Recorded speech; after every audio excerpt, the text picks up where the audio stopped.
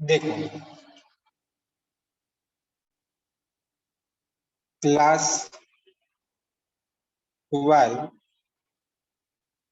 Chapter number second solution, जिनमें आज हम देखेंगे एलिवेशन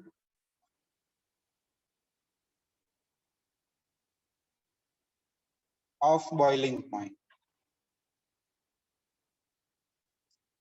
ये सॉल्यूशन की एक second colligative property. Elevation of boiling point को इंडिकेट कैसे करेंगे? तो डेल्टा टी और बॉइलिंग पॉइंट का हो जाएगा यहाँ पे B, change in boiling point, इसे हम कह सकते हैं। और एक चीज कह दूं आपको, एलिवेशन यानी इंक्रीज होना। यहाँ पे हम जो भी पढ़ेंगे ना, उनमें सॉल्यूशन का बॉइलिंग पॉइंट इंक्रीज होगा। क्यों होगा, कैसे होगा, वो सारी बात हमें ये थियरी में समझनी। तो चलिए, पहला स्टेटमेंट में आपको क्लास 11 का दे रहा हूं कि we know that if we increase the temperature, vapour pressure of a solution always increases. देखो, ये बात हमें क्लियर है कि अगर हमने कोई बीकर में लिक्विड सॉल्यूशन लिया हुआ है, ये मेरे पास लिक्विड सॉल्यूशन है, तो अगर मैं लिक्विड सॉल्यूशन का टेम्परेचर इंक्रीज कर रहा हूं, तो देखो टेम्परेचर इंक्रीज करूंगा तो यहां से ज्यादातर वेपर्स बनेगी, और ज्यादातर वेपर्स बनेगी, सो यहाँ पे जो वेपर प्रेशर होगा वो वेपर प्रेशर क्या हो जाएगा, इंक्रीज हो जाएगा। तो स्टूडेंट्स, ये पॉइंट नंबर 1 रहेगा। देखो यहाँ पे मैं दिखा दूं कि we have learn in unit 5 class 11 that the vapour pressure of liquid increase with increase of temperature. तो पॉइंट नंबर 1 हम यहाँ पे थियरी में वही लिखेंगे। We know that vapour pressure of liquid increases with increase in temperature। Temperature अगर हम कोई भी लिक्विड का इंक्रीज करेंगे तो उनका जो वेपर प्रेशर है वो वेपर प्रेशर ऑलवेज क्या होगा, इंक्रीज होगा। ये बात दिमाग में बैठा लीजिए, क्योंकि ये थियरी में ये आपका मेन पॉइंट है जो हम आगे ग्राफ में आपको समझाएंगे। चलो आगे बढ़ते हैं। पॉइंट नंबर 2 कि भाई बॉइलिंग पॉइंट किसे कहेंगे, ये सेकंड क्वेश्चन अपना होगा। तो देखो कि the temperature at which vapour pressure of liquid become 1 atm or 1.013 bar, this temperature is known as boiling point of the liquid। देखो ये एक डेफिनेशन आपको यहाँ पे क्लियरली दी नहीं है, 11th स्टैंडर्ड की थी, तो मैं यहाँ पे डेफिनेशन आपको पहले क्लियरली लिखवा देता हूँ। टेम्परेचर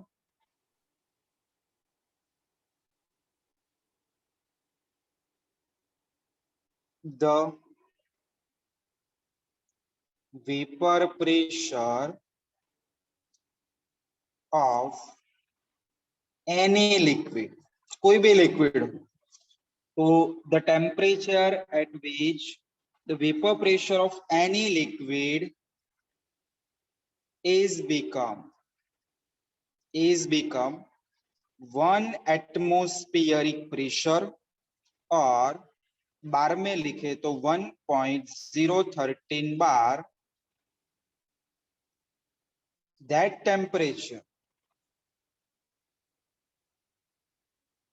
that temperature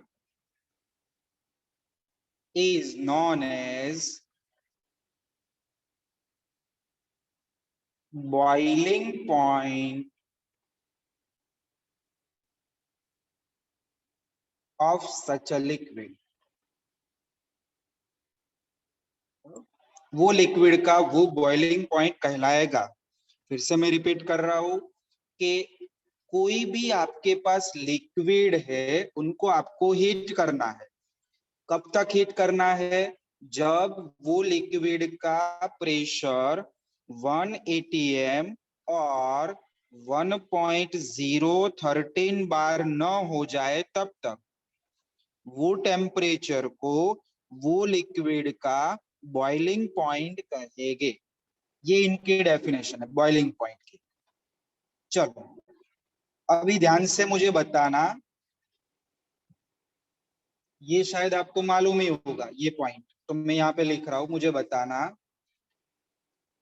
कि we know that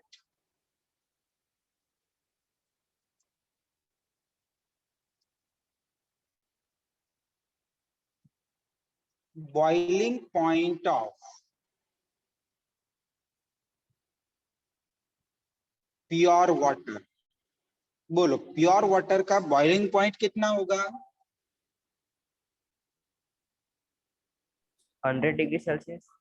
Yes, 100 degrees Celsius. We know that the boiling point of pure water is 100 degrees Celsius. At these temperature, सुनना ध्यान से मेरी बात, ये टेम्परेचर पे वेपर प्रेशर ऑफ वाटर, ये टेम्परेचर पे वाटर का वेपर प्रेशर कितना होगा? 1 atm या 1.013 बार होगा। क्लियर? ये वाला फर्स्ट पॉइंट। अभी इसी में मैं कंटिन्यू लिख रहा हूं, ध्यान से समझना। और हमने आगे पढ़ाया था राउल्स थियरी, उनका पॉइंट है, तो सोच के मुझे आंसर फिर बताना कि now we added non volatile solute. चलो हम नॉन वॉलेटाइल सॉल्यूट यहाँ पे ले लेते, शुगर या ग्लूकोज या यूरिया, वॉट एवर, कुछ भी ले सकते हो। तो we added non volatile solute like sugar, urea, glucose. तो फिर से we added non volatile solute like sugar, urea, glucose in the water, in the water, so vapor pressure of solvent, जो वाटर का वेपर प्रेशर होगा, vapour pressure of solvent in solution, yes, in solution decreases. ये हमने आगे पूरा पढ़ लिया है, तो चलो इसको मैं हाईलाइट कर रहा हूं कि वो वेपर प्रेशर क्या हो जाएगा आपका? डिक्रीज हो जाएगा। 1 atm या 1.013 बार से कम हो जाएगा। तो अभी हमें वो सॉल्यूशन को आगे क्या करना होगा? हीट करना होगा। हीट करेंगे तो धीरे धीरे वेपर प्रेशर बढ़ेगा। कब तक हीट करना है बोलो तो? जब तक बॉइलिंग पॉइंट आए। यस, कि जब तक वो लिक्विड सॉल्यूशन का बॉइलिंग पॉइंट हमें अचीव ना हो। तो हमें कैसे पता चलेगा कि बॉइलिंग पॉइंट कब अचीव हुआ? तो हाँ, लिक्विड का जो वेपर प्रेशर है वो 1.013 बार हो जाना चाहिए। चलो तो यहाँ पे लिखते हैं आगे नेक्स्ट पॉइंट के vapour pressure decreases, so now boil the solution, boil the solution until the vapor pressure of solution become 1.013 बार। उसका वेपर प्रेशर 1.013 बार न हो जाए तब तक उसको आपको बॉईल करना है। तो चलो यहां से आप एक बात कंक्लूजन में निकाल सकते हो। पहले मैं आपको क्वेश्चन पूछ दूं कि आपके पास प्योर सॉल्वेंट है लाइक वाटर, एंड आपने जो सॉल्यूशन प्रिपेयर किया, ये दोनों में से किसका बॉइलिंग पॉइंट मोर होगा? सॉल्यूशन का। यस, सॉल्यूशन का ही होगा, क्योंकि देखो सॉल्यूशन में जब आपने नॉन वॉलेटाइल सॉल्यूट को डाला तो वेपर प्रेशर कम हो गया। सो फिर आपने क्या किया, वेपर प्रेशर को फिर से 1 atm करने के लिए सॉल्यूशन को ज्यादा हीट किया।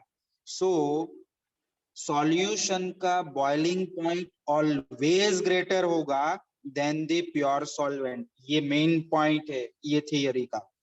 सो मैं यहाँ पे लिख रहा हूं, so the boiling point of solution is greater than pure solvent। ये बात दिमाग में डाल देना तो आपका मैथमेटिकल फॉर्मूला सारे इजी हो जाएगा। चलो, तो यहां तक तो पहले क्लियर हो जाना चाहिए। अभी मैं ये पूरा जो थियरी मैंने आपको पढ़ाया उसको मैं ग्राफ पेपर पे रिप्रेजेंट करता हूं, तो ध्यान से पूरा ग्राफ आपको समझना है। देखो ये वाला ग्राफ आपके टेक्स्ट बुक में आपको ये ग्राफ मेंशन किया है, ये वाला, और आपको भी ग्राफ कंपलसरी ड्रॉ करना होगा। पूरा ग्राफ समझना है पहले ध्यान से। चलो, तो ग्राफ अपना है वेपर प्रेशर अगेंस्ट टेम्परेचर। तो यहाँ पे ऊपर लिख देते हैं, नाउ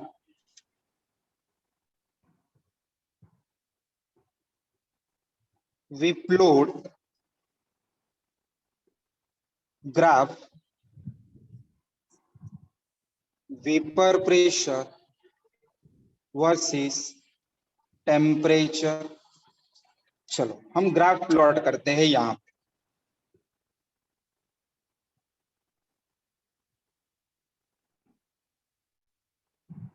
ये y एक्सिस,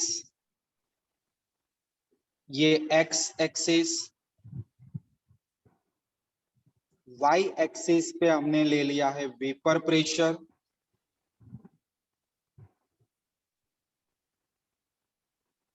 वेपर प्रेशर, और x एक्सिस पे हमने ले लिया है टेम्परेचर।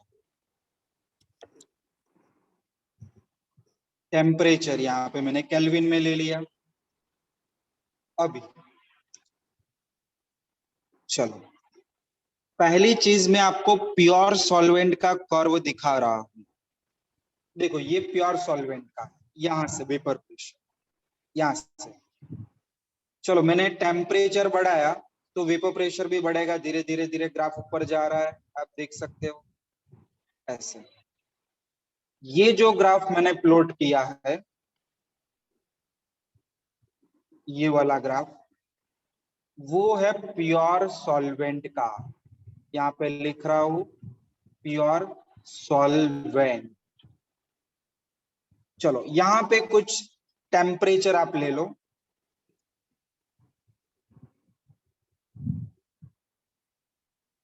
यहाँ पे कुछ टेम्परेचर आपने ले लिया। ये पॉइंट पे आप यहाँ पे वेपर प्रेशर 1 atm और 1.013 बार, यानी ये जो टेम्परेचर आपका होगा वो टेम्परेचर को हम कहेंगे T B naught. TB naught होगा आपका boiling point of pure solvent. तो यहाँ पे लिख देते हैं TB naught is equals to boiling point of pure solvent।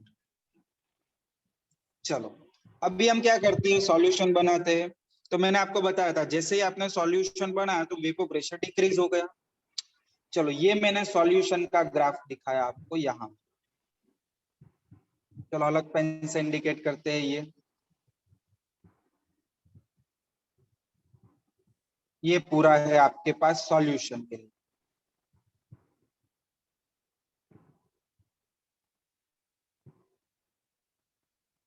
ध्यान से अभी देखना। तो सॉल्यूशन के ग्राफ में आप देख सकते हो टीबी नॉट टेम्परेचर पे, टीबी नॉट टेम्परेचर पे जो वेपर प्रेशर है ना, वो देखो यहाँ से आपको यहाँ पे मिल रहा है, ये वाले पॉइंट पे, वाई एक्सिस पे। तो ये जो वेपर प्रेशर होगा वो 1 atm से कम होगा या 1 atm से ग्रेटर होगा।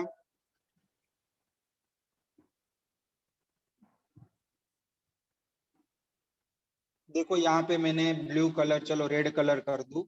ये रेड कलर का जो आपको स्पॉट दिखाया वाई एक्सिस पे, वो प्रेशर 1 atm से ज्यादा कहलाएगा या 1 atm से कम होगा वो।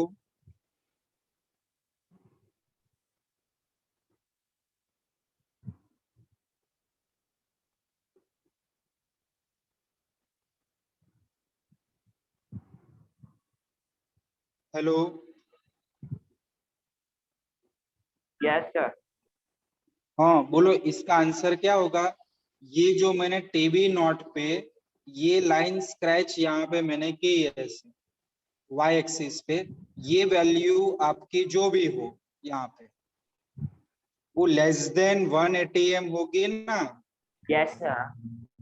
हाँ, तो अभी हमें क्या करना है यहाँ पे, हमें यहाँ पे ये सॉल्यूशन का जो प्रेशर है ना वो बढ़ाना है। कब तक बढ़ाना है, तो 1 atm ना हो जाए तब तक।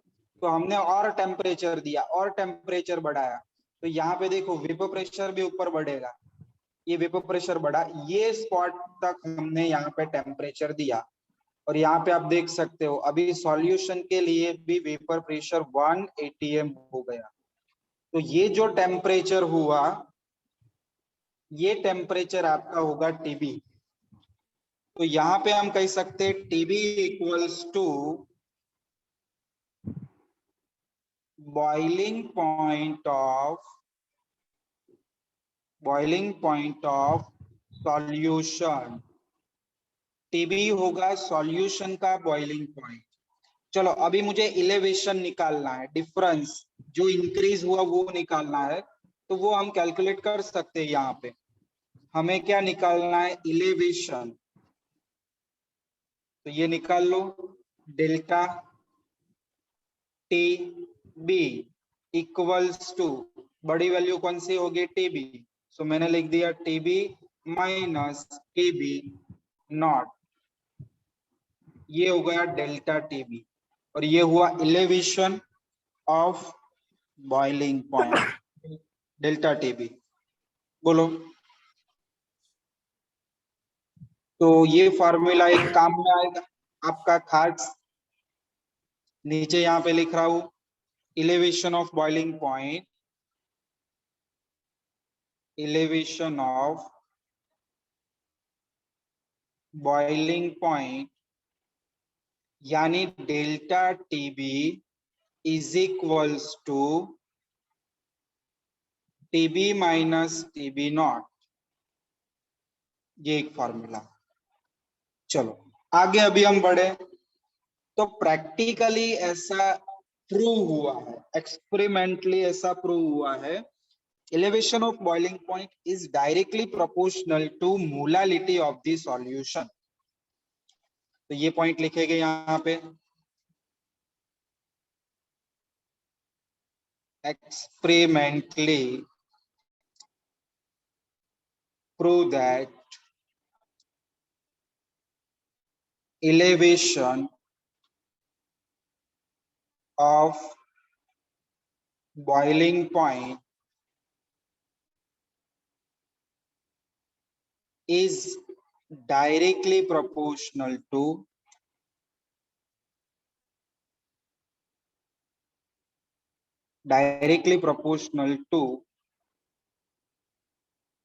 मोलालिटी ऑफ सॉल्यूशन, वो सॉल्यूशन की मोलालिटी के डायरेक्टली प्रोपोर्शनल में होता है।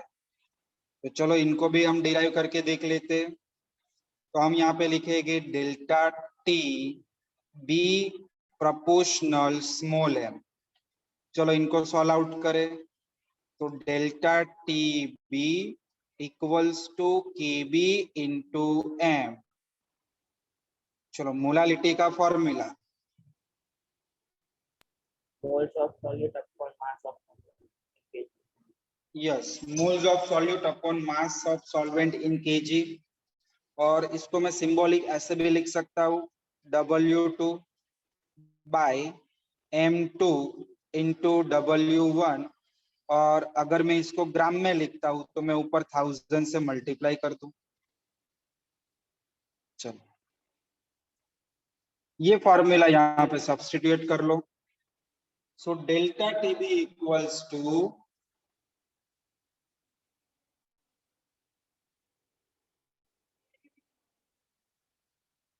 ડોંગલ અહીંયા સુધી આ તમારું છે।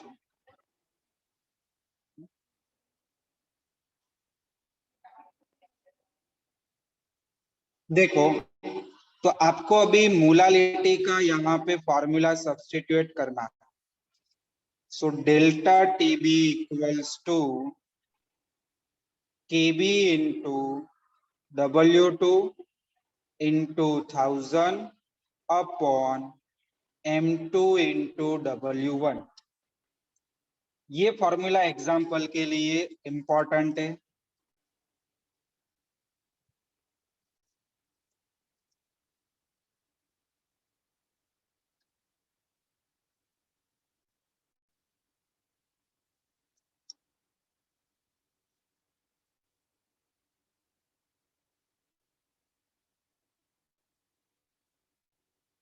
चलो अभी आपको निकालना है molar mass.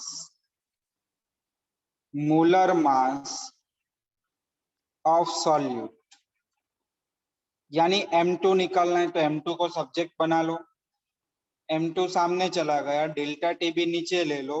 So M2 equals to KB into W2 into 1000 upon delta TB. Delta TB को नीचे ले लिया इंटू W1। ये हो गया आपका मॉलिक्यूलर वेट फाइंड करने का फॉर्मूला। अभी एक लास्ट पॉइंट कि यहाँ पे मैंने जो आपको ऊपर दिखाया केबी, केबी क्या है? तो मोलल एलिवेशन कांस्टेंट केबी होता है मोलल एलिवेशन कांस्टेंट। और केबी का अगर आपको यूनिट चाहिए, unit of KB, unit of KB,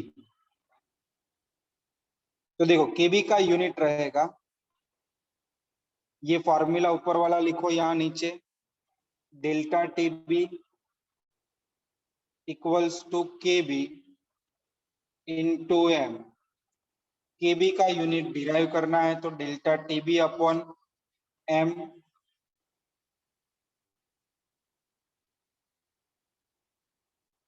delta TB यानी टेम्परेचर, जिनका यूनिट होगा केल्विन। मोलालिटी, मोलालिटी का यूनिट होता है मोल पर केजी, तो केजी ऊपर चला जाएगा। सो फाइनली यहाँ पे यूनिट निकल के आया केबी इक्वल्स टू केल्विन किलोग्राम मोल -1। तो ये इनका यूनिट। क्लियर? तो ध्यान से पूरा ये थियरी हम समझते हैं एक बार लाइन टू लाइन। तो देखो यहाँ तक तो पहले इंक्रीज टेम्परेचर वाला तो करवा दिया था। अभी देखो it boils at a temperature at which its vapor pressure is equals to atmospheric pressure। वो बॉइलिंग पॉइंट की डेफिनेशन। फॉर एग्जांपल देखो यहाँ पे आपको दिया है कि for example water boils at 373 0.15 Kelvin यानी 100 degree Celsius, because at this temperature the vapor pressure of water is 1.013 bar or 1 atm. We have also learned in the last section, Raoult's law वाला बात बोला है कि vapor pressure of solvent decreases in the presence of non volatile solute. ये बात भी हमें पता है. चलो फिर आपको यहाँ पे उसका ग्राफ दिखाया गया है.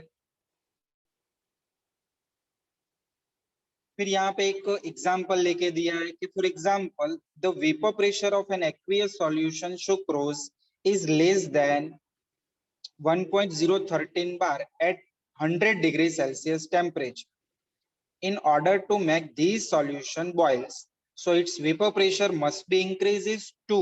कब तक इंक्रीज करना है? जब तक आपको 1.013 बार अचीव ना हो जाए तब तक. चलो, thus the boiling point, ये वाला मेन पॉइंट जो मैंने आपको बताया था कि boiling point of solution always greater than pure solvent, ये पॉइंट दिया है. The boiling point of a solution is always higher than that of the boiling point of pure solvent in which the solution is prepared. फिर पूरा graph समझाया है. फिर इसके calculation तो एक बार देख लो यहाँ तक. फिर देखो KB boiling point elevation constant, molar elevation constant, ebullioscopic constant, फिर केबी का यूनिट, फिर मोलर मास कैसे निकालते इनके फॉर्मूलाज. तो ये फॉर्मूला एग्जांपल के लिए इंपॉर्टेंट है, तो यहाँ तक पहले पढ़ लो ध्यान से. फिर नेक्स्ट लेक्चर में हम इनके एग्जांपल्स करने वाले हैं, तो इतना पहले कंप्लीट कर लो.